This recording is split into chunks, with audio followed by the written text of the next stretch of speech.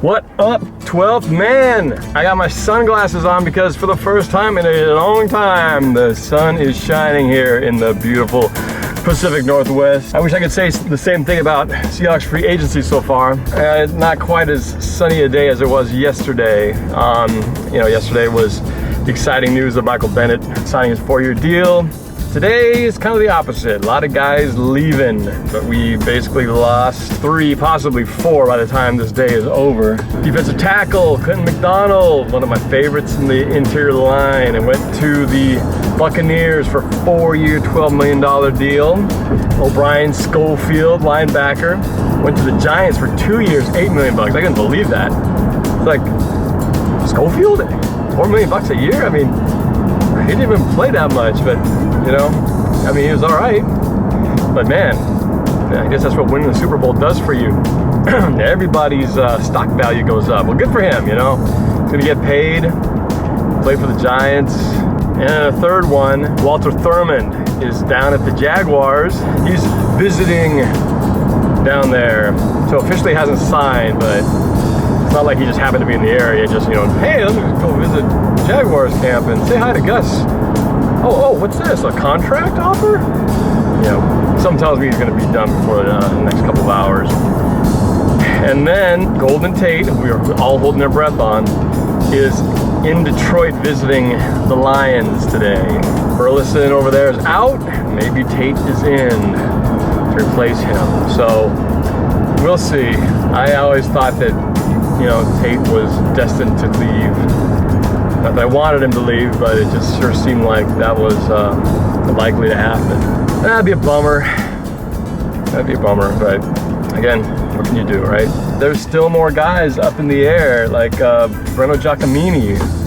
People haven't been talking too much about him, but I like him, He's kind of one of those guys, polarizing guys who a lot of people are like, get rid of them, too many penalties, blah, blah, blah. But I always felt that Giacomini brings a good attitude, a physical presence to that team. He's kind of a, just a bruiser out there. Kind of brings the attitude and that, that dirtbag mentality that, I think every line needs a little bit of that. So, and of course, we're still trying to figure out Zach Miller's situation. I thought there was a good chance that Zach would stay. Apparently, Jermichael Finley is going to be paying a visit to the Seahawks. Tight end. Really good one. Of course, he got injured last year, pretty bad neck injury, so his health is a question. But man, if he could do what he did a couple years ago, he'd be pretty awesome addition to the team. So it's hard to tell. Is this Finley in? That means Zach is out.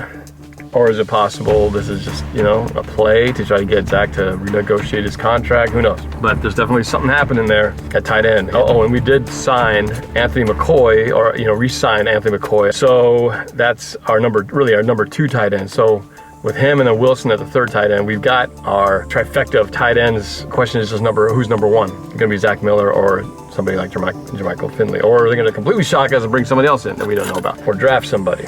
So a lot of speculation, of course, but things are starting to pan out. What's up, guys? Come on, talk to me. DeMarcus Ware was released by the Cowboys. Jared Allen from Minnesota still floating around. This is an interesting one. I don't quite get this. 49ers traded a 6th round draft pick to the Jaguars for Blaine Gabbert.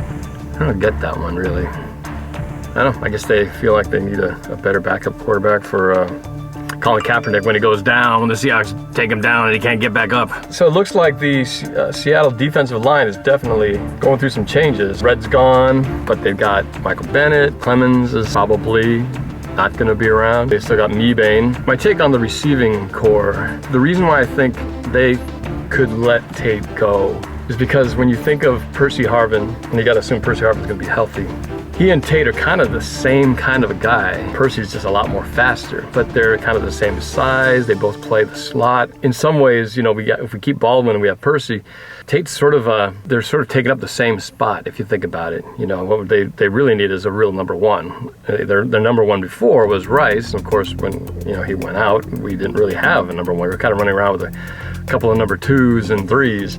So I think they're going to focus on trying to get a number 1. That's probably why they're not fighting so hard to keep Golden Tate.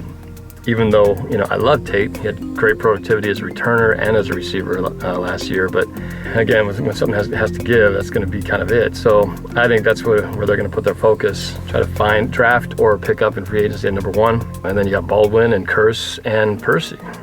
And that's a pretty good receiving core. Then, of course, all the guys behind them. So I imagine by the time you're watching this, we'll have known the fate of Golden Tate. The fate of Tate will have been determined, and Thurmond too, for that matter. But I'm not worried about Thurmond so much. We had so much depth at corner with Lane and Maxwell. Those guys are fine. Thurmond was suspended just like Brandon Browner was, and they didn't miss a beat there. So we'll see what happens. It's a very interesting time, though. Everything changes, nothing stays the same. Oh, by the time you're watching this too, I probably would have already had my live interview on 12 for 12, so I hope you guys had a chance to watch it. I expect it to be a lot of fun. This is all kind of whole new ground for me. This experience of doing Norb-Cam and these blogs, I mean, I wasn't doing anything like this last year. Doing this and knowing that there's a fan base like you guys eating all of this up is fantastic. I'm so excited. I can't wait to all the possibilities for what we get to do next season. I got so many ideas, so many fun things we can do throughout the season. It's gonna be a blast. So keep tuning in because there's so many fun things in store for you guys. Kids are up. I'll be right back. Vanessa gave me 3 flowers to give to mommy. Here you go, mommy. Look at my phone. How was your days today, girls? Good. Do you want to say anything to the thousands and thousands of fans out there in the world? Not really. What? Wait, what's on your phone, Mr.? This is what happens when the kids get new phones to play with. Well, they're not really new phones, they're our old phones, but my children have been lost to technology. Headphones going on equals disconnected from the world. Bye-bye. Brain disconnecting in 3, 2, 1. Disconnected. All right, I guess that's that. Bye-bye. Go Hawks! Now throw it, Russell Wilson. A punt returned by Golden. Amazing